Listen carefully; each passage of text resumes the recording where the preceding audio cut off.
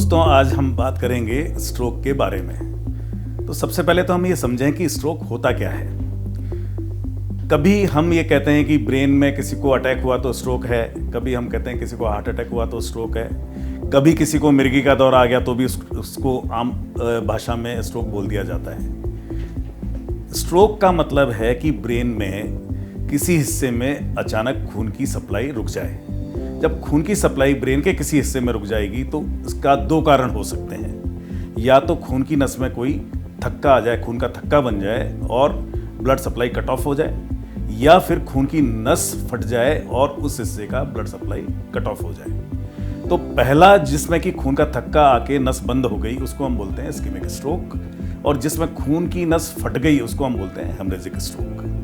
तो अब ये समझें कि जब किसी को इस्केमिक स्ट्रोक हुआ तो क्या सिम्टम होंगे और हेमरेजिक स्ट्रोक हुआ तो क्या सिम्टम होंगे। तो इस्केमिक स्ट्रोक हुआ तो अचानक शरीर के किसी हिस्से में सूनापन आ गया, या लकवा हो गया, या देखने में दिक्कत होने लगी, या बोलने में दिक्कत होने लगी, या समझने में दिक्कत होने लगी।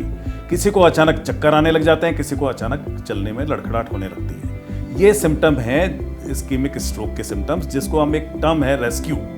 आर का मतलब है रिड्यूस पावर, ई का मतलब है आई प्रॉब्लम, अचानक देखने में दिक्कत होना, एस का मतलब है स्पीच प्रॉब्लम, यानी कि अचानक बोलने में या समझने में दिक्कत होना, सी कंफ्यूजन, अचानक कंफ्यूजन होना, यू मतलब अनस्टेडीनेस, अचानक किसी को लड़खड़ाहट होना, और ई का मतलब है एक्सक्रूसिएटिंग हेडेक, यानी कि जिंदगी का सबसे खराब सर दर्द होना। तो ये जो ई है, एक्सक्रूसिएटिंग हेडेक या जिंदगी का सबसे खराब सर दर्द होना, इसका मतलब यह है कि यदि किसी को अचानक सबसे खतरनाक दर्द हुआ है, बहुत तेज दर्द हुआ है, तो शायद उसके दिमाग में खून की नस फट गई है और उसको इमीडिएट हॉस्पिटलाइजेशन की जरूरत है, प्रॉपर एक न्यूरोलॉजिस्ट, न्यूरोसर्जन की हेल्प की जरूरत है। तो स्ट्रोक के सिम्टम्स होते हैं अचानक, बोल्ट इन ब्लू, कि एकदम अच्छा भला आदमी बैठा है और सेकंड्स और मिनट्स के अंदर उसके लकवा हो जाएगा, आंख की रोशनी चली जाएगी, या बहुत तेज चक्कर आने लग जाएंगे, या लड़खड़ाहट होने लग जाएगी। तो जब किसी को अचानक ये सिम्टम हो गए, तुरंत आपको एक अपने निकटतम हॉस्पिटल, जहाँ पे कि स्ट्रोक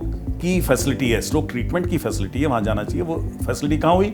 जहाँ पे कि सीटी स्कैन है, एमआरआई है, जहाँ पे आईसीयू फैसिलिटी है, जहाँ पे न्यूरोलॉजिस्ट है, जहाँ पे न्यूरोसर्जन है, जहाँ पर इंटरवेंशनिस्ट है, या इंटेंसिव केयर की फैसिलिटी है। ये तो हुआ एक्यूट स्ट्रोक के अंदर जो आपको करना चाहिए। जो भी आपको साधन मिलता है, आप एम्बुलेंस का वेट मत करिए, टाइम को वेस्ट मत करिए। Time is very important.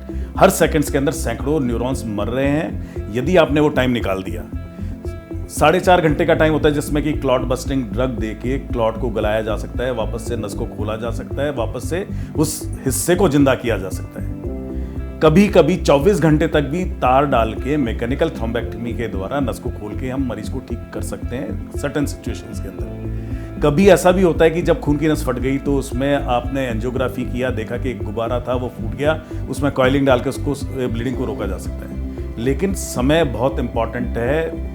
Time is brain. यदि आपने टाइम वेस्ट किया, आपका ब्रेन धीरे धीरे धीरे खत्म हो जाएगा, बेकार हो जाएगा और जिंदगी भर की अपंगता हो जाएगी। तो ये हमने बताया कि इमीडिएट आपको निकटतम हॉस्पिटल में जाना है एक्यूट स्ट्रोक होने पे। स्ट्रोक से बचा कैसे जा सकता है? What are the causes? Stroke होने के कारण क्या हैं? तो कॉमन कॉजेज में हम कहते हैं कि ब्लड प्रेशर होना, डायबिटीज होना, मोटापा होना, सेडेंट्री हैबिट्स यानी रेगुलर एक्सरसाइज नहीं करना, फिर शराब और सिगरेट का सेवन। कुछ लोगों में होते हैं फैक्टर्स जो कि नॉन मॉडिफाइबल रिस्क फैक्टर्स होते हैं, जैसे कि मेल्स के अंदर इट्स कॉमन, स्ट्रोक का होना कॉमन है मेल्स के अंदर, या एशियन रेस, जो हम ब्लैक्स होते हैं या ब्राउन स्किन वाले होते हैं, उनके अंदर स्ट्रोक कॉमन होता है। कुछ जेनेटिक फैक्टर्स होते हैं, कुछ हेरिडिटरी फैक्टर्स होते हैं, यदि फैमिली हिस्ट्री पॉजिटिव है तो स्ट्रोक हो सकता है। तो ये तो फैक्टर्स हैं जिनको कि हम मॉडिफाई नहीं कर सकते। लेकिन जो मॉडिफाइबल रिस्क फैक्टर्स हैं कि हम अपने शरीर का वेट कम करें, हम रेगुलर एक्सरसाइज करें, हम शराब और सिगरेट का सेवन नहीं करें, यदि शुगर है तो उसको कंट्रोल में रखें, ब्लड प्रेशर है तो उसको कंट्रोल में रखें, तो शायद हो सकता है कि हमारे को स्ट्रोक नहीं हो।